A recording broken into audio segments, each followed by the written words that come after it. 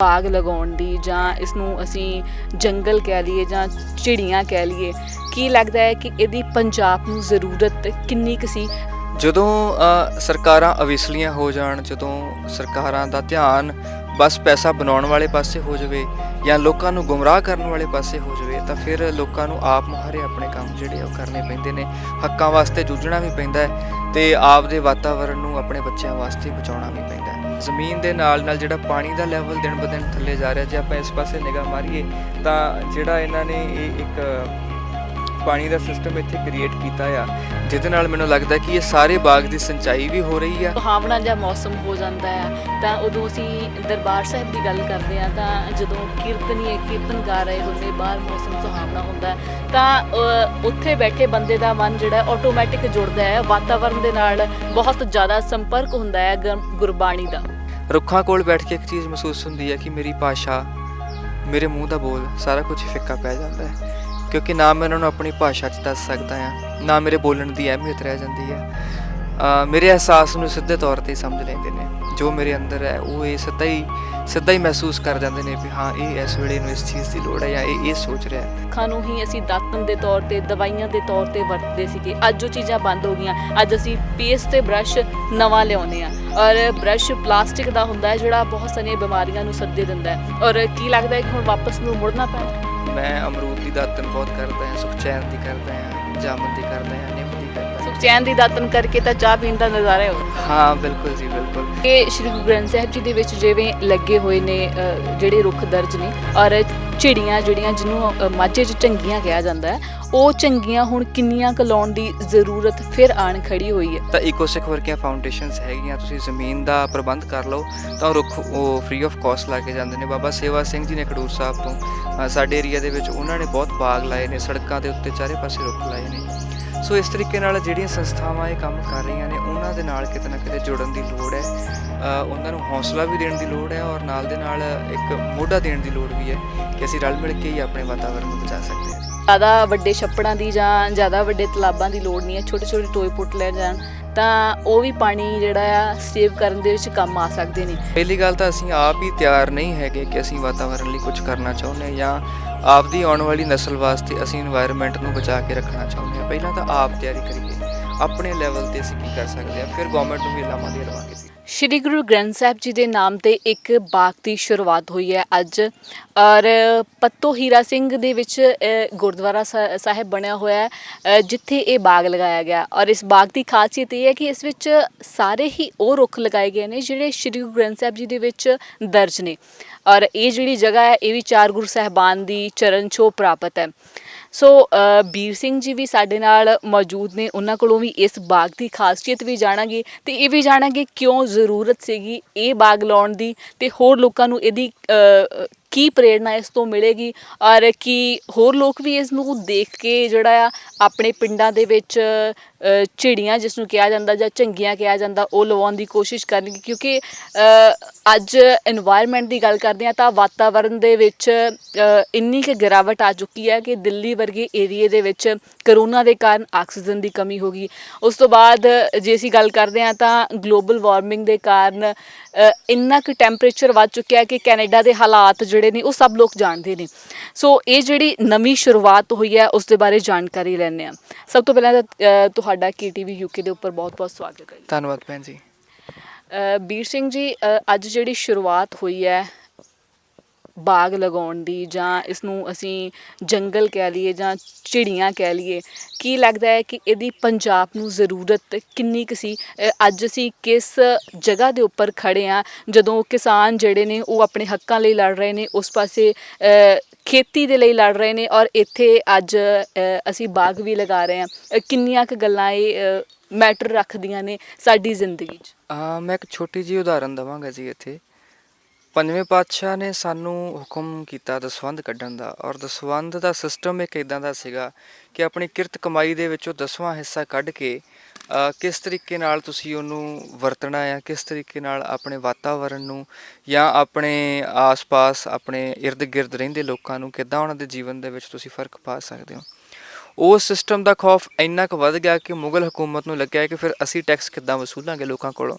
ਜੇ ਲੋਕਾਂ ਨੇ ਦਸਵੰਧ ਕੱਢ ਕੇ ਆਪਣੇ ਕੰਮ ਆਪ ਹੀ ਕਰਨੇ ਸ਼ੁਰੂ ਕਰ ਦਿੱਤੇ ਤਾਂ ਸਰਕਾਰ ਦੀ ਲੋੜ ਹੀ ਖਤਮ ਹੋ ਜਾਊਗੀ। ਇਹ ਬਾਗ ਵੀ ਉਸ ਚੀਜ਼ ਦੀ ਉਦਾਹਰਣ ਹੈ ਤੇ ਕਿਸਾਨੀ ਅੰਦੋਲਨ ਵੀ ਉਸ ਚੀਜ਼ ਦੀ ਉਦਾਹਰਣ ਹੈ। ਜਦੋਂ ਸਰਕਾਰਾਂ ਅਵੇਸਲੀਆਂ ਹੋ ਜਾਣ, ਜਦੋਂ ਸਰਕਾਰਾਂ ਦਾ ਧਿਆਨ ਬਸ ਪੈਸਾ ਬਣਾਉਣ ਵਾਲੇ ਪਾਸੇ ਹੋ ਜਾਵੇ ਜਾਂ ਲੋਕਾਂ ਨੂੰ ਗੁੰਮਰਾਹ ਕਰਨ ਵਾਲੇ ਪਾਸੇ ਹੋ ਜਾਵੇ ਤਾਂ ਫਿਰ ਲੋਕਾਂ ਨੂੰ ਆਪ ਮੁਹਾਰੇ ਆਪਣੇ ਕੰਮ ਜਿਹੜੇ ਆ ਉਹ ਕਰਨੇ ਪੈਂਦੇ ਨੇ। ਹੱਕਾਂ ਵਾਸਤੇ ਜੂਝਣਾ ਵੀ ਪੈਂਦਾ ਹੈ ਤੇ ਆਪ ਦੇ ਵਾਤਾਵਰਣ ਨੂੰ ਆਪਣੇ ਬੱਚਿਆਂ ਵਾਸਤੇ ਬਚਾਉਣਾ ਵੀ ਪੈਂਦਾ ਹੈ। ਕਿਸਾਨੀ ਅੰਦੋਲਨ ਦੇ ਚੱਲਦਿਆਂ ਜੇ ਆਪਾਂ ਗੱਲ ਕਰੀਏ ਤਾਂ ਜਿੰਨੇ ਕਿਸਾਨ ਉੱਥੇ ਬੈਠੇ ਨੇ ਉਹ ਇਸ ਕਰਕੇ ਬੈਠੇ ਨੇ ਕਿ ਉਹਨਾਂ ਦੀ ਆਉਣ ਵਾਲੀ ਨਸਲ ਬਚ ਸਕੇ, ਉਹਨਾਂ ਦੇ ਆਉਣ ਵਾਲੀਆਂ ਪੀੜ੍ਹੀਆਂ ਦੇ ਵਾਸਤੇ ਰੋਟੀ ਪਾਣੀ ਡੰਗ ਜਿਹੜਾ ਆ ਉਹ ਕਾਰਪੋਰੇਟ ਦੇ ਹੱਥ 'ਚ ਨਾ ਜਾਵੇ, ਉਹ ਮਹਿੰਗਾਈ ਜਿਹੜੀ ਆ ਉਹਨੂੰ ਠੱਲ ਪੈ ਸਕੇ ਔਰ ਰਿਵਾਇਤੀ ਫਸਲਾਂ ਨੂੰ ਕਿਸੇ ਤਰੀਕੇ ਅਸੀਂ ਬਚਾ ਕੇ ਰੱਖ ਸਕੀਏ, ਸਾਡੀਆਂ ਜ਼ਮੀਨਾਂ ਨੂੰ ਜਿਹਨੂੰ ਅਸੀਂ ਮਾਂ ਕਹਿੰਦੇ ਉਹਨੂੰ ਬਚਾ ਕੇ ਰੱਖ ਸਕੀਏ। ਔਰ ਜਿਹੜਾ ਇਹ ਉਪਰਾਲਾ ਇਸ ਬਾਗ ਦਾ, ਇਹਦੀ ਖਾਸੀਅਤ ਇਹ ਹੈ ਕਿ ਅਸੀਂ ਜ਼ਮੀਨਾਂ ਤਾਂ ਬਚਾ ਲਵਾਂਗੇ ਪਰ ਜ਼ਮੀਨ ਦੇ ਨਾਲ ਨਾਲ ਜਿਹੜਾ ਪਾਣੀ ਦਾ ਲੈਵਲ ਦਿਨ ਬ ਦਿਨ ਥੱਲੇ ਜਾ ਰਿਹਾ। ਜੇ ਆਪਾਂ ਇਸ ਪਾਸੇ ਨਿਗਾਹ ਮਾਰੀਏ ਤਾਂ ਜਿਹੜਾ ਇਹਨਾਂ ਨੇ ਇਹ ਇੱਕ ਪਾਣੀ ਦਾ ਸਿਸਟਮ ਇੱਥੇ ਕ੍ਰੀਏਟ ਕੀਤਾ ਆ, ਜਿਹਦੇ ਨਾਲ ਮੈਨੂੰ ਲੱਗਦਾ ਕਿ ਇਹ ਸਾਰੇ ਬਾਗ ਦੀ ਸਿੰਚਾਈ ਵੀ ਹੋ ਰਹੀ ਆ, ਪਲੱਸ ਇੱਦਾਂ ਦੀਆਂ ਵਾਟਰ ਬੋਡੀਜ਼ ਦੇ ਨਾਲ ਰੇਨ ਵਾਟਰ ਹਾਰਵੈਸਟਿੰਗ ਵੀ ਹੁੰਦੀ ਆ। ਨਾਲ ਦੇ ਨਾਲ ਹੀ ਜਿਹੜਾ ਜ਼ਮੀਨੀ ਤਲ ਆ ਪਾਣੀ ਦਾ ਉਹ ਵੀ ਉੱਪਰ ਉੱਠਦਾ ਆ। ਕਿਉਂਕਿ ਮੈਂ ਆਪਣੇ ਘਰ 'ਚ ਵੀ ਇੱਕ ਛੋਟਾ ਜਿਹਾ ਐਕਸਪੈਰੀਮੈਂਟ ਕਰਕੇ ਦੇਖਿਆ ਸੀਗਾ, ਜਿਹਦੇ ਨਾਲ ਮੇਰੇ ਘਰ ਦੇ ਬੂਟਿਆਂ ਨੂੰ ਮੈਨੂਅਲੀ ਪਾਣੀ ਪਾਉਣ ਦੀ ਜਿਹੜੀ ਲੋੜ ਸੀ ਉਹ ਖਤਮ ਹੋ ਗਈ ਸੀਗੀ ਕਿ ਇਹ ਵਾਟਰ ਸਿਸਟਮ ਨੇ ਆਪਣੇ ਆਪ ਹੀ ਉਹਨਾਂ ਨੂੰ ਸਿੰਜਣਾ ਸ਼ੁਰੂ ਕਰ ਦਿੱਤਾ ਸੀਗਾ। ਔਰ ਰਵਾਇਤੀ ਰੁੱਖ ਜਿਹੜੇ ਨੇ ਉਹ ਇੱਥੇ ਲਾਏ ਗਏ ਨੇ, ਗੁਰੂ ਗ੍ਰੰਥ ਸਾਹਿਬ ਦੇ ਵਿੱਚ ਦਰਜ ਨੇ ਜਿੰਨੇ ਵੀ, ਉਹ ਸਾਰੇ ਹੀ ਇੱਥੇ ਮੌਜੂਦ ਨੇ। ਬੱਚਿਆਂ ਵਾਸਤੇ ਵੀ ਇੰਸਪੀਰੇਸ਼ਨ ਆ। ਔਰ ਬਤੌਰ ਇੱਕ ਗਾਇਕ ਗੀਤਕਾਰ ਮੈਂ ਇੱਕ ਗੱਲ ਕਹਿਣਾ ਕਿ ਕੁਦਰਤ ਨੂੰ ਜੇ ਤੁਸੀਂ ਓਬਜ਼ਰਵ ਕਰੋ, ਕੁਦਰਤ ਨਾਲ ਜੇ ਤੁਸੀਂ ਬੈਠਣਾ ਸਿੱਖੋ ਤਾਂ ਤੁਸੀਂ ਜ਼ਿੰਦਗੀ ਦੇ ਬਹੁਤ ਵੱਡਮੁੱਲੇ ਲੈਸਨਸ ਲੈ ਸਕਦੇ ਆ।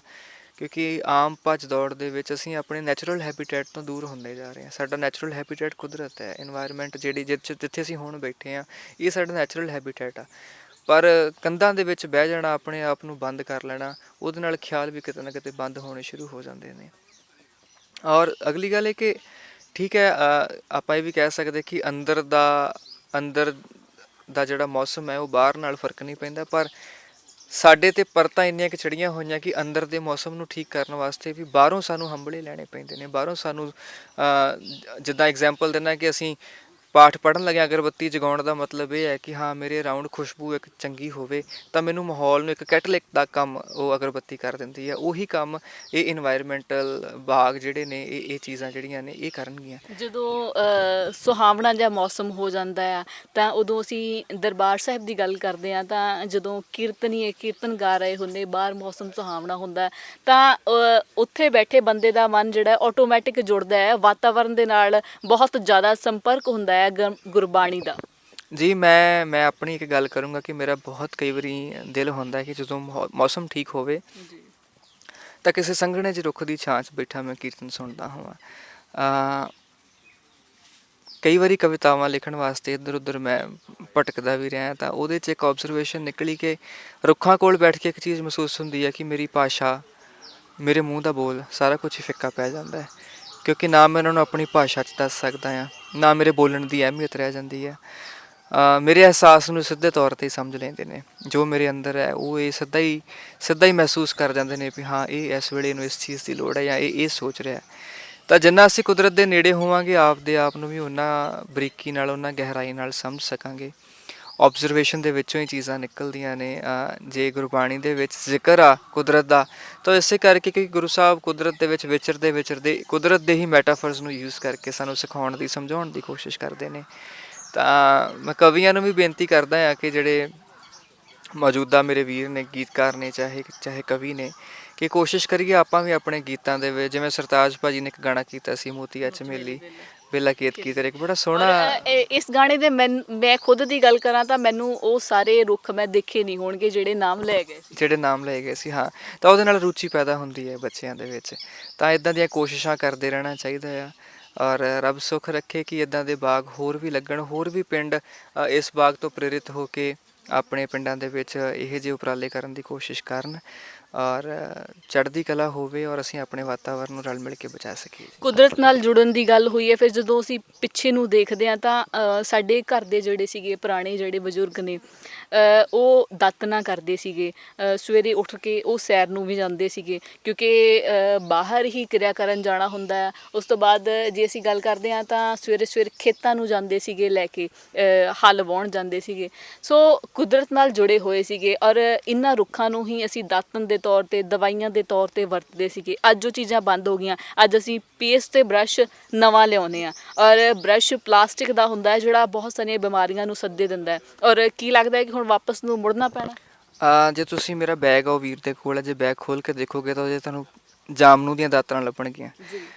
ਮੇਰੀ ਆਦਤ ਆ, ਕਿਉਂਕਿ ਜੇ ਕਦੀ ਮੈਨੂੰ ਫੀਵਰ ਮਹਿਸੂਸ ਹੋਇਆ ਜਾਂ ਕਦੀ ਮੈਨੂੰ ਪੇਟ 'ਚ ਕੁਛ ਹਲਚਲ ਮਹਿਸੂਸ ਹੋਈ ਆ, ਸਿਰ ਦਰਦ ਹੋਇਆ ਜਾਂ ਮੂੰਹ ਦੀ ਕੋਈ ਪ੍ਰੋਬਲਮ ਆਈ ਆ, ਤਾਂ ਮੇਰੇ ਕੋਲ ਉਹਦੇ ਆਪਣੇ ਇਲਾਜ ਨੇ। ਜੀ। ਮੈਂ ਅਮਰੂਦ ਦੀ ਦਾਤਣ ਬਹੁਤ ਕਰਦਾ ਹਾਂ, ਸੁਖਚੈਨ ਦੀ ਕਰਦਾ ਹਾਂ, ਜਾਮਨ ਦੀ ਕਰਦਾ ਹਾਂ, ਨਿੰਮ ਦੀ ਕਰਦਾ ਹਾਂ। ਸੁਖਚੈਨ ਦੀ ਦਾਤਣ ਕਰਕੇ ਤਾਂ ਚਾਹ ਪੀਣ ਦਾ ਨਜ਼ਾਰਾ ਹੀ ਵੱਖਰਾ ਹੈ। ਹਾਂ ਬਿਲਕੁਲ ਜੀ, ਬਿਲਕੁਲ।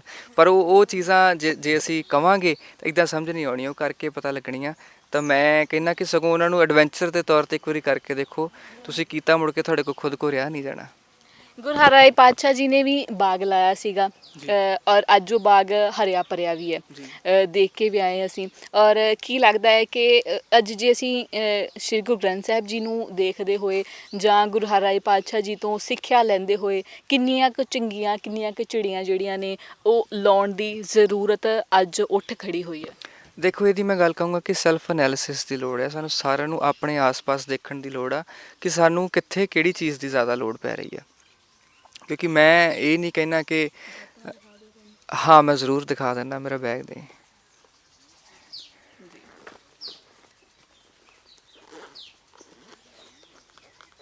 ਇਹ ਦਾਤਨਾਂ ਵੀ ਹੈਗੀਆਂ ਨੇ। ਸੋ ਸਾਰਿਆਂ ਦੇ ਲਈ ਇੱਕ ਅਸੀਂ ਕਹਿ ਸਕਦੇ ਹਾਂ ਕਿ ਪ੍ਰੇਰਨਾ ਸਰੋਤ ਨੇ ਵੀਰ ਸਿੰਘ। ਇਹ ਥੋੜੀ ਮੈਂ ਕੱਟ ਲੈਣਾ, ਵਰਤ ਕੇ ਇਹਨੂੰ ਕੱਟ ਲੈਣਾ ਹੁੰਦਾ ਮੈਂ ਅੱਗੋਂ। ਆ ਪੂਰੀ ਪਈ ਹੋਈ ਹੈ ਜੀ। ਸੋ ਇਹ ਐਗਜ਼ਾਮਪਲਸ ਨੇ ਕਿ ਵਾਤਾਵਰਣ ਦੇ ਨਾਲ ਕਿਵੇਂ ਜੁੜਿਆ ਜਾ ਸਕਦਾ ਹੈ, ਔਰ ਕਿੰਨੀ ਕੁ ਜ਼ਰੂਰਤ ਹੈਗੀ ਆ ਸਾਨੂੰ ਇਹ ਸਾਰੀਆਂ ਚੀਜ਼ਾਂ ਦੀ, ਔਰ ਪਿੱਛੇ ਨਾਲ ਜੁੜਨ ਦੀ। ਕਿਉਂਕਿ ਬਹੁਤ ਸਾਰੀਆਂ ਇਹੋ ਜਿਹੀਆਂ ਬਿਮਾਰੀਆਂ ਜਿਹੜੀਆਂ ਨਾਰਮਲ ਜਿਹੀਆਂ ਹੁੰਦੀਆਂ, ਜਿਨ੍ਹਾਂ ਦਾ ਇਲਾਜ ਹਲਕੇ ਜਿਹੀ ਅਸੀਂ ਇਹਨਾਂ ਰੁੱਖਾਂ ਤੋਂ ਹੀ ਕਰ ਲੈਂਦੇ ਹਾਂ। ਜੀ ਬਿਲਕੁਲ ਜੀ। ਮੈਨੂੰ ਲੱਗਦਾ ਕਿ ਤੁਲਸੀ ਦੇ ਜਿੱਦਾਂ ਪੱਤੇ ਖਾਣ ਦੀ ਆਦਤ ਹੈ ਮੈਨੂੰ, ਤੁਰਦਿਆਂ ਫਿਰਦਿਆਂ 2 ਪੱਤੇ ਤੋੜ ਕੇ ਮੂੰਹ 'ਚ ਪਾ ਲੈਣੇ, ਜਾਮਨੂ ਦਾ ਪੱਤਾ ਤੋੜ ਕੇ ਮੂੰਹ 'ਚ ਪਾ ਲੈਣਾ। ਤੁਸੀਂ ਚੰਡੀਗੜ੍ਹ ਦੇ ਵਿੱਚ ਇਹ ਚੀਜ਼ਾਂ, ਤੁਲਸੀ ਵਗੈਰਾ, ਕਿਉਂਕਿ ਬਾਕੀ ਰੁੱਖ ਤਾਂ ਚਲੋ ਮਿਲ ਜਾਂਦੇ ਨੇ, ਤੁਲਸੀ ਵਗੈਰਾ ਕਿੱਥੋਂ ਲੈਂਦੇ? ਆਬਜ਼ਰਵੇਸ਼ਨ ਦੀ ਲੋੜ ਹੈ, ਕਿਸੇ ਨਾ ਕਿਸੇ ਦੇ ਘਰ ਦੇ ਅੱਗੇ ਲੱਗੀ ਹੁੰਦੀ ਹੈ। ਇਹ ਤਾਂ ਆਬਜ਼ਰਵ ਕਰਨ ਵਾਲੀ ਦੀ ਹੈ ਕਿ ਕਿੱਥੋਂ ਲੱਭ ਲੈਂਦਾ ਜੀ। ਜੀ ਬਿਲਕੁਲ, ਵੀ ਬਾਹਰ ਦਾ ਆਮ ਹੀ ਚੰਡੀਗੜ੍ਹ ਲੋਕਾਂ ਨੇ ਲਾਏ ਹੋਏ। ਜੀ ਜੀ ਜੀ, ਬਹੁਤ ਲੱਗੇ ਹੋਏ ਆ ਜੀ। ਸੋ ਸਾਡਾ ਸਵਾਲ ਸੀਗਾ ਇਹੀ ਕਿ ਸ਼੍ਰੀ ਗੁਰੂ ਗ੍ਰੰਥ ਸਾਹਿਬ ਜੀ ਦੇ ਵਿੱਚ ਜਿਵੇਂ ਲੱਗੇ ਹੋਏ ਨੇ ਜਿਹੜੇ ਰੁੱਖ ਦਰਜ ਨੇ, ਔਰ ਚਿੜੀਆਂ ਜਿਹੜੀਆਂ ਜਿਹਨੂੰ ਮਾਝੇ 'ਚ ਝੰਗੀਆਂ ਕਿਹਾ ਜਾਂਦਾ ਹੈ, ਉਹ ਝੰਗੀਆਂ ਹੁਣ ਕਿੰਨੀਆਂ ਕੁ ਲਾਉਣ ਦੀ ਜ਼ਰੂਰਤ ਫਿਰ ਆਣ ਖੜੀ ਹੋਈ ਹੈ? ਦੇਖੋ, ਜਿਸ ਤਰੀਕੇ ਨਾਲ ਸਾਡੇ ਵਾਤਾਵਰਨ ਦਾ ਨੁਕਸਾਨ ਹੋ ਰਿਹਾ ਆ, ਜਿਸ ਤਰੀਕੇ ਨਾਲ ਪ੍ਰਦੂਸ਼ਣ ਵੱਧ ਰਿਹਾ ਹੈ, ਪਾਣੀ ਥੱਲੇ ਜਾ ਰਿਹਾ, ਤਾਂ ਸਾਨੂੰ ਲੋੜ ਤਾਂ ਹੈਗੀ ਆ। ਪਰ ਮੈਂ ਫਿਰ ਇੱਥੇ ਗੱਲ ਕਹੂੰਗਾ ਕਿ ਤੁਸੀਂ ਆਪਣੇ ਆਸ-ਪਾਸ ਐਨਾਲਿਸਿਸ ਕਰੋ, ਕਿੱਥੇ ਜ਼ਮੀਨ ਮਿਲ ਸਕਦੀ ਆ, ਕਿੱਥੇ ਤੁਸੀਂ ਕਿੰਨਾ ਪੈਸਾ ਇਨਵੈਸਟ ਕਰ ਸਕਦੇ ਹੋ। ਨਹੀਂ ਕਰ ਸਕਦੇ ਤਾਂ ਇਕੋਸਿੱਖ ਵਰਗੀਆਂ ਫਾਊਂਡੇਸ਼ਨਸ ਹੈਗੀਆਂ, ਤੁਸੀਂ ਜ਼ਮੀਨ ਦਾ ਪ੍ਰਬੰਧ ਕਰ ਲਓ, ਤਾਂ ਰੁੱਖ ਉਹ ਫ੍ਰੀ ਆਫ ਕੋਸਟ ਲਾ ਕੇ ਜਾਂਦੇ ਨੇ। ਬਾਬਾ ਸੇਵਾ ਸਿੰਘ ਜੀ ਨੇ ਖਡੂਰ ਸਾਹਿਬ ਤੋਂ ਸਾਡੇ ਏਰੀਆ ਦੇ ਵਿੱਚ ਉਹਨਾਂ ਨੇ ਬਹੁਤ ਬਾਗ ਲਾਏ ਨੇ, ਸੜਕਾਂ ਦੇ ਉੱਤੇ ਚਾਰੇ ਪਾਸੇ ਰੁੱਖ ਲਾਏ ਨੇ। ਸੋ ਇਸ ਤਰੀਕੇ ਨਾਲ ਜਿਹੜੀਆਂ ਸੰਸਥਾਵਾਂ ਇਹ ਕੰਮ ਕਰ ਰਹੀਆਂ ਨੇ, ਉਹਨਾਂ ਦੇ ਨਾਲ ਕਿਤੇ ਨਾ ਕਿਤੇ ਜੁੜਨ ਦੀ ਲੋੜ ਹੈ। ਉਹਨਾਂ ਨੂੰ ਹੌਸਲਾ ਵੀ ਦੇਣ ਦੀ ਲੋੜ ਹੈ, ਔਰ ਨਾਲ ਦੇ ਨਾਲ ਇੱਕ ਮੋਢਾ ਦੇਣ ਦੀ ਲੋੜ ਵੀ ਹੈ ਕਿ ਅਸੀਂ ਰਲ ਮਿਲ ਕੇ ਹੀ ਆਪਣੇ ਵਾਤਾਵਰਨ ਨੂੰ ਬਚਾ ਸਕਦੇ ਹਾਂ ਜੀ। ਸੋ ਰੁੱਖਾਂ ਦੇ ਨਾਲ ਤਾਂ ਜਿੱਥੇ ਪਾਣੀ ਵੀ ਬਚਦਾ ਹੈ, ਉੱਥੇ ਇਹੋ ਜਿਹੇ ਤੁਸੀਂ ਕਿਹਾ ਕਿ ਪਲਾਂਟ ਲਗਾਉਣ ਦੀ ਜਾਂ ਇਹੋ ਜਿਹੇ ਇੱਕ ਸਿਸਟਮ ਬਣਾਉਣ ਦੀ ਜ਼ਰੂਰਤ ਹੈਗੀ ਹੈ, ਜਿਹੋ ਜਿਹਾ ਇੱਥੇ ਬਣਿਆ ਹੋਇਆ। ਕੀ ਜ਼ਰੂਰਤ ਪਿੰਡਾਂ ਦੇ ਵਿੱਚ ਨਹੀਂ ਹੈਗੀ? ਜਿਹੜੇ ਪੁਰਾਣੇ ਛੱਪੜ ਹੁੰਦੇ ਸੀਗੇ, ਹੁਣ ਸਿਰਫ ਉੱਥੇ ਬਹੁਤ ਗੰਦਲਾ ਪਾਣੀ ਆਉਂਦਾ ਹੈ। ਉਹ ਪਾਣੀ ਨੂੰ ਰੀਯੂਜ਼ ਕਿਵੇਂ ਕਰ ਸਕਦੇ ਆ? ਔਰ ਸੀਚੇਵਾਲ ਜੀ ਦਾ ਇੱਕ ਸਿਸਟਮ ਸੀਗਾ, ਪਲਾਂਟ ਜਿਹੜਾ ਪਿਊਰੀਫਾਈ ਕਰਕੇ, ਉਹ ਸਰਕਾਰ ਹੁਣ ਬੇਸ਼ੱਕ ਬਹੁਤ ਥੋੜ੍ਹੇ ਪਿੰਡਾਂ ਵਿੱਚ ਜਿਵੇਂ ਅਸੀਂ ਦੇਖਿਆ ਕਿ ਦਿੱਤਾ ਹੋਇਆ ਹੈ ਉਹ, ਪਰੰਤੂ ਕੀ ਜ਼ਰੂਰਤ ਹੈਗੀ ਹੈ ਕਿ ਬਾਕੀ ਪਿੰਡਾਂ ਵਿੱਚ ਵੀ ਉਹ ਆਪਣੇ ਪੱਧਰ 'ਤੇ ਹੀ ਲੋਕ ਲੈ ਕੇ ਆਉਣ? ਡੈਫੀਨੇਟਲੀ ਜੀ, ਜੇ ਸਰਕਾਰਾਂ ਵਿਸਲੀਆਂ ਨੇ, ਜੇ ਤੁਹਾਡੇ ਪਿੰਡ ਦੇ ਸਰਪੰਚ ਕੁਛ ਨਹੀਂ ਕਰ ਰਹੇ, ਤਾਂ ਇਹ ਲੋਕਾਂ ਨੂੰ ਆਪ ਮੁਹਾਰੇ ਇਹ ਕੰਮ ਜਿਹੜੇ ਕਰਨੇ ਪੈਣਗੇ। ਮੈਂ ਇੱਕ ਛੋਟੀ ਜਿਹੀ ਐਗਜ਼ਾਮਪਲ ਦਿੰਦਾ ਹੁੰਦਾ ਕਿ ਪਿੰਡ ਦੇ ਵਿੱਚ ਜਿੰਨੇ ਲੋਕ ਵੀ ਕਮਾਉਂਦੇ ਨੇ, ਜੇ ਉਹ ਇਮਾਨਦਾਰੀ ਦੇ ਨਾਲ ਆਪਣਾ ਦਸਵੰਧ ਕੱਢ ਕੇ ਪਿੰਡ ਤੇ ਲਾਉਣ ਲੱਗ ਪੈਣ ਤਾਂ ਸ਼ਾਇਦ ਕਿਸੇ ਵੀ ਗ੍ਰਾਂਟ ਦੀ ਲੋੜ ਹੀ ਖਤਮ ਹੋ ਜਾਵੇ। ਪਰ ਗੱਲ ਇਹ ਹੈ ਕਿ ਅਸੀਂ ਇਮਾਨਦਾਰੀ ਨਹੀਂ ਰੱਖਦੇ। ਅਸੀਂ ਆਪਣਾ ਲੀਡਰ ਤਾਂ ਇਮਾਨਦਾਰ ਚਾਹੁੰਦੇ ਹਾਂ, ਪਰ ਅਸੀਂ ਖੁਦ ਇਮਾਨਦਾਰ ਨਹੀਂ ਹੈਗੇ। ਦਸਵੰਧ ਕੱਢਣਾ ਬਹੁਤ ਜ਼ਰੂਰੀ ਆ, ਔਰ ਉਹਨੂੰ ਕਿੱਥੇ ਲਾਉਣਾ ਆ, ਉਸ ਦੀ ਜ਼ਿੰਮੇਵਾਰੀ ਨੂੰ ਸਮਝਦਿਆਂ ਹੋਇਆਂ ਜ਼ਿੰਮੇਵਾਰੀ ਦੇ ਨਾਲ ਉਹਨੂੰ ਖਰਚਣਾ ਵੀ ਚਾਹੀਦਾ ਆ ਜਿੱਥੇ ਖਰਚਣਾ ਬਣਦਾ ਆ। ਅਤੇ ਇਸ ਤਰੀਕੇ ਨਾਲ ਆਪਾਂ ਇੱਕ ਸੈਲਫ ਸਿਸਟਮ ਬਣਾ ਲਵਾਂਗੇ ਜਿਹਦੇ ਵਿੱਚ ਸਾਨੂੰ ਸ਼ਾਇਦ ਸਰਕਾਰਾਂ ਦੇ ਉੱਤੇ ਇੰਨਾ ਨਿਰਭਰ ਨਹੀਂ ਹੋਣਾ ਪਊਗਾ। ਅਸੀਂ ਆਪ ਦੇ ਕਾਰਜ ਆਪ ਸਵਾਰਨੇ ਸ਼ੁਰੂ ਕਰ ਸਕਦੇ ਹਾਂ ਜੀ। ਇੱਕ ਛੋਟੇ ਜਿਹੇ ਬੱਚੇ ਨੇ ਮੈਨੂੰ ਕਿਹਾ ਸੀਗਾ ਕਿ ਜੇ ਪਿੰਡਾਂ ਦੇ ਵਿੱਚ ਛੋਟੇ ਛੋਟੇ ਟੋਏ ਪੁੱਟ ਲਏ ਜਾਣ ਹਰ ਇੱਕ ਪੈਲੀ ਦੇ ਲਾਗੇ, ਜ਼ਿਆਦਾ ਵੱਡੇ ਛੱਪੜਾਂ ਦੀ ਜਾਂ ਜ਼ਿਆਦਾ ਵੱਡੇ ਤਲਾਬਾਂ ਦੀ ਲੋੜ ਨਹੀਂ ਹੈ, ਛੋਟੇ ਛੋਟੇ ਟੋਏ ਪੁੱਟ ਲਏ ਜਾਣ ਤਾਂ ਉਹ ਵੀ ਪਾਣੀ ਜਿਹੜਾ ਆ ਸੇਵ ਕਰਨ ਦੇ ਵਿੱਚ ਕੰਮ ਆ ਸਕਦੇ ਨੇ। ਕੀ ਅਜਿਹਾ ਕੋਈ ਵੀ ਬਣ ਸਕਦਾ ਹੈ ਕਿ ਸਰਕਾਰ ਛੋਟੇ ਬੱਚਿਆਂ ਦੀਆਂ ਇਹਨਾਂ ਦਿੱਤੀਆਂ ਹੋਈਆਂ ਤਰਕੀਬਾਂ 'ਤੇ ਵੀ ਧਿਆਨ ਦੇਵੇ? ਦੇਖੋ, ਸਭ ਤੋਂ ਸਰਕਾਰ ਨੂੰ ਕਹਿਣ ਤੋਂ ਪਹਿਲਾਂ ਤਾਂ ਮੈਂ ਆਪਣੇ ਲੋਕਾਂ ਨੂੰ ਬੇਨਤੀ ਕਰੂੰਗਾ, ਜੇ ਤੁਸੀਂ ਕਿਸੇ ਨੂੰ ਵੀ ਕਹੋਗੇ ਨਾ ਵੀ ਆਪਣੇ ਕਿੱਲੇ ਦੇ ਵਿੱਚ ਇੱਕ ਛੋਟਾ ਜਿਹਾ ਟੋਆ ਚਾਰੇ ਪਾਸੇ ਮਾਰ ਦੇ, ਤਾਂ ਉਹ ਇੱਕ ਹੀ ਗੱਲ ਕਹੂਗਾ ਕਿ ਮੇਰੀ ਫਸਲ ਦਾ ਨੁਕਸਾਨ ਹੋਣਾ, ਇੰਨੇ ਥਾਂ 'ਚ ਮੇਰੀ ਫਸਲ ਨਹੀਂ ਲੱਗਣੀ, ਤਾਂ ਉਹਦੀ ਭਰਪਾਈ ਕੌਣ ਕਰੂਗਾ? ਪਹਿਲੀ ਗੱਲ ਤਾਂ ਅਸੀਂ ਆਪ ਹੀ ਤਿਆਰ ਨਹੀਂ ਹੈਗੇ ਕਿ ਅਸੀਂ ਵਾਤਾਵਰਣ ਲਈ ਕੁਝ ਕਰਨਾ ਚਾਹੁੰਦੇ ਜਾਂ ਆਪਦੀ ਆਉਣ ਵਾਲੀ ਨਸਲ ਵਾਸਤੇ ਅਸੀਂ ਇਨਵਾਇਰਨਮੈਂਟ ਨੂੰ ਬਚਾ ਕੇ ਰੱਖਣਾ ਚਾਹੁੰਦੇ ਹਾਂ। ਪਹਿਲਾਂ ਤਾਂ ਆਪ ਤਿਆਰੀ ਕਰੀਏ, ਆਪਣੇ ਲੈਵਲ 'ਤੇ ਅਸੀਂ ਕੀ ਕਰ ਸਕਦੇ ਹਾਂ, ਫਿਰ ਗੌਰਮੈਂਟ ਨੂੰ ਵੀ ਲਾਮਾ ਦੇ ਲਵਾਂਗੇ ਜੀ। ਤੁਸੀਂ ਇਹਦੇ ਲਈ ਕੀ ਕਰ ਰਹੇ ਹੋ? ਕੋਸ਼ਿਸ਼ ਹੈ ਜੀ, ਅਸੀਂ ਵੀ ਇਹੋ ਜਿਹੀਆਂ ਸੰਸਥਾਵਾਂ ਦੇ ਨਾਲ ਰਲ ਮਿਲ ਕੇ ਮੈਂ ਆਪਦੇ ਘਰ ਦੇ ਵਿੱਚ ਵੀ ਆਪਦੀ ਜ਼ਮੀਨ 'ਤੇ ਵੀ ਬਾਗ ਲਾਉਣ ਦੀ ਕੋਸ਼ਿਸ਼ ਦੇ ਵਿੱਚ ਹਾਂ। ਬਹੁਤ ਜਲਦ ਉਹ ਵੀ ਲਾਵਾਂਗਾ।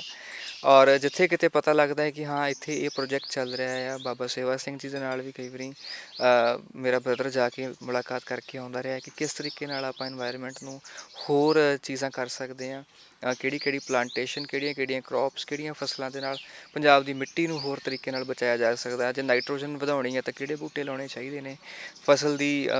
ਫਸਲ ਨੂੰ ਸਿਰਫ ਕੱਢ ਲੈਣਾ ਹੀ ਨਹੀਂ ਸਾਰਾ ਕੁਝ ਹੁੰਦਾ, ਆਪ ਦੀ ਮਿੱਟੀ ਦਾ ਵੀ ਬਚਾਅ ਕਰਨਾ ਬਹੁਤ ਜ਼ਰੂਰੀ ਹੈ ਕਿ ਅਗਲੀ ਫਸਲ ਵੀ ਤਾਂ ਉਸੇ ਮਿੱਟੀ 'ਚ ਹੀ ਬੀਜਣੀ ਹੈ। ਸੋ ਇਹਨਾਂ ਕਾਰਜਾਂ ਉੱਤੇ ਕੁਛ ਨਾ ਕੁਛ ਕੋਸ਼ਿਸ਼ ਕਰਦੇ ਰਹੀਦਾ ਹੈ, ਜੋ ਕਰ ਸਕਦੇ ਹਾਂ ਕਰਦੇ ਰਹਿੰਦੇ ਹਾਂ। ਔਰ ਬਾਕੀ ਵਾਹਿਗੁਰੂ ਹਿੰਮਤ ਦੇਣ ਵਾਲਾ ਹੈ ਜੀ। ਮਿੱਟੀ ਦੇ ਬਚਾਅ ਦੀ ਗੱਲ ਕੀਤੀ ਹੈ ਤਾਂ ਉਹਦੇ ਵਿੱਚ ਜਦੋਂ ਅਸੀਂ ਰਸਾਇਣ ਵਰਤਦੇ ਹਾਂ, ਬਹੁਤ ਸਾਰੀਆਂ ਦਵਾਈਆਂ ਪਾਉਂਦੇ ਹਾਂ, ਪੈਸਟੀਸਾਈਡਸ ਪਾਉਂਦੇ ਹਾਂ, ਫਿਰ ਉਹਦੇ ਨਾਲ ਮਿੱਟੀ ਦੀ ਜਿਹੜੀ ਆ ਉੱਪਰ ਵਾਲੀ ਪਰਤ ਬਿਲਕੁਲ ਖ਼ਰਾਬ ਹੋ ਗਈ ਆ। ਮੋਸਟਲੀ ਜੇ ਹੁਣ ਦੀ ਗੱਲ ਕਰਦੇ ਹਾਂ ਤਾਂ ਉਸਨੂੰ ਦੁਬਾਰਾ ਤੋਂ ਰੀਯੂਜ਼ ਕਰਨ ਦੇ ਲਈ ਫਿਰ ਉਹ ਦੁਬਾਰਾ ਤੋਂ ਹੋਰ ਦਵਾਈਆਂ ਪਾਈਆਂ ਜਾਂਦੀਆਂ ਨੇ ਔਰ ਉਸਦੇ ਉੱਪਰ ਜਿਹੜੀ ਅੱਗ ਵੀ ਲਾ ਦਿੱਤੀ ਜਾਂਦੀ ਹੈ। ਸੋ ਇਹ ਸਾਰੀਆਂ ਚੀਜ਼ਾਂ ਤੋਂ ਲੋਕਾਂ ਨੂੰ ਬਾਹਰ ਲਿਆਉਣ ਦੀ ਕਿਹੋ ਜਿਹੇ ਹੰਭਲੇ ਜਿਹੜੀ ਆ ਉਹਨਾਂ ਦੀ ਜ਼ਰੂਰਤ ਹੈ? ਦੇਖੋ, ਹੁਣ ਤਾਂ ਕਾਫੀ ਇਹੋ ਜਿਹੇ ਕਲੱਬਸ ਬਣ ਚੁੱਕੇ ਨੇ ਜਿਹੜੇ ਰਵਾਇਤੀ ਖੇਤੀ ਬਾਰੇ ਕਿਸਾਨਾਂ ਨੂੰ ਜਾਣਕਾਰੀ ਦੇ ਰਹੇ ਨੇ, ਰਵਾਇਤੀ ਫਸਲਾਂ ਬਾਰੇ ਜਾਣਕਾਰੀ ਦੇ ਰਹੇ ਨੇ। ਸਾਡੇ ਪੁਰਾਣੇ ਢੰਗ ਤਰੀਕੇ ਕੀ ਸੀਗੇ ਬਿਨਾਂ ਪੈਸਟੀਸਾਈਡਸ ਫਰਟੀਲਾਈਜ਼ਰਸ ਤੋਂ, ਉਹਦੇ ਬਾਰੇ ਜਾਣਕਾਰੀ ਦਿੱਤੀ ਜਾ ਰਹੀ ਹੈ ਪਿੰਡਾਂ ਦੇ ਵਿੱਚ, ਔਰਗੈਨਿਕ ਖੇਤੀ ਦੇ ਉੱਤੇ। ਸੋ ਨਾਲ ਦੇ ਨਾਲ ਜੇ ਅਸੀਂ ਪੁਰਾਣੇ ਆਪਣੇ ਬੀਜਾਂ ਦੀ ਗੱਲ ਕਰੀਏ, ਕੁਤਕੀ ਦੀ ਗੱਲ ਕਰੀਏ, ਕੰਗਣੀ ਦੀ ਗੱਲ ਕਰੀਏ, ਉਹਨਾਂ ਬਾਰੇ ਵੀ ਲੋਕਾਂ ਨੂੰ, ਬਾਜਰਾ ਤੱਕ ਲੋਕੀ ਬੀਜਣਾ ਸ਼ੁਰੂ ਹੋ ਗਏ ਨੇ ਦੁਬਾਰਾ ਤੋਂ। ਸੋ ਉਹ ਕਿਤੇ ਨਾ ਕਿਤੇ ਉਹ ਇਨਫਲੂਐਂਸ ਜਿਹੜਾ ਹੈ ਉਹ ਆਉਣਾ ਸ਼ੁਰੂ ਹੋ ਗਿਆ ਆ ਹੌਲੀ ਹੌਲੀ। ਤਾਂ ਮੈਂ ਇਹ ਕਹਿੰਦਾ ਕਿ ਜੇ ਪਿੰਡ ਦੇ ਵਿੱਚ ਇੱਕ ਬੰਦੇ ਨੂੰ ਵੀ ਪਤਾ ਆ ਇਹਨਾਂ ਚੀਜ਼ਾਂ ਬਾਰੇ ਤਾਂ ਉਹ ਆਪਦੇ ਆਲੇ ਦੁਆਲੇ ਹੋਰਾਂ ਨੂੰ ਵੀ ਦੱਸੇ, ਸਿਖਾਵੇ ਕਿ ਅਸੀਂ ਕਿੱਦਾਂ ਇੱਕ ਦੂਜੇ ਨੂੰ ਪ੍ਰੇਰਿਤ ਕਰਕੇ ਕਿੱਦਾਂ ਅਸੀਂ ਵਾਤਾਵਰਨ ਨੂੰ ਬਚਾ ਸਕਦੇ ਹਾਂ ਜੀ। ਧੰਨਵਾਦ।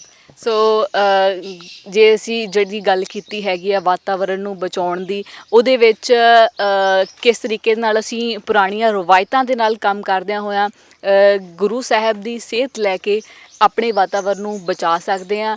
ਔਰ ਇਸ ਤਰੀਕੇ ਦੇ ਨਾਲ ਹੀ ਅਸੀਂ ਜਿਹੜੀ ਗਲੋਬਲ ਵਾਰਮਿੰਗ ਆ ਉਸ ਤੋਂ ਆਪਣੀ ਦੁਨੀਆ ਨੂੰ ਬਚਾ ਸਕਦੇ ਹਾਂ। ਅਸੀਂ ਦਵਾਈਆਂ ਜਿਹੜੀਆਂ ਨੋਰਮਲੀ ਜਿਹੜੀਆਂ ਘਰਾਂ ਦੇ ਵਿੱਚ, ਜਿਵੇਂ ਤੁਲਸੀ ਦਾ ਬੂਟਾ ਹੋ ਗਿਆ, ਨਿੰਮ ਹੋ ਗਿਆ, ਇਹ ਸਾਰੇ ਹੀ ਹਰ ਦਿਨ ਅਸੀਂ ਯੂਜ਼ ਕਰਕੇ ਅਸੀਂ ਆਪਣੇ ਆਪ ਨੂੰ ਬਹੁਤ ਸੁਰੱਖਿਅਤ ਵੀ ਰੱਖ ਸਕਦੇ ਹਾਂ। ਔਰ ਇਹ ਬੂਟੇ ਲਗਾਉਣ ਦੀ ਹਰ ਇੱਕ ਨੂੰ ਜ਼ਰੂਰਤ ਹੈ, ਅਜਿਹੇ ਬਾਗ ਲਾਉਣ ਦੀ ਜ਼ਰੂਰਤ ਹੈ, ਅਜਿਹੀਆਂ ਚੰਗੀਆਂ ਚਿੜੀਆਂ ਜਿਹੜੀਆਂ ਨੇ ਉਹ ਲਾਉਣ ਦੀ ਜ਼ਰੂਰਤ ਹੈ ਤਾਂ ਜੋ ਕੁਦਰਤ ਦਾ ਸੰਤੁਲਨ ਜਿਹੜਾ ਹੈ ਉਹ ਬਣਿਆ ਰਹੇ ਔਰ ਪ੍ਰਕਿਰਤੀ ਆਪਣੇ ਆਪ ਨੂੰ ਖੁਦ ਨੂੰ ਖੂਬਸੂਰਤ ਜਿਹੜਾ ਉਹ ਨਿਖਾਰਦੀ ਜਿਹੜੀ ਆ ਉਹ ਹਮੇਸ਼ਾ ਨਿਖਾਰਦੀ ਹੀ ਜਾਵੇ। ਤੁਸੀਂ ਦੇਖ ਰਹੇ ਹੋ KTV UK, camera person Gurdial ਦੇ ਨਾਲ ਪਰਵਿੰਦਰ ਕੌਰ।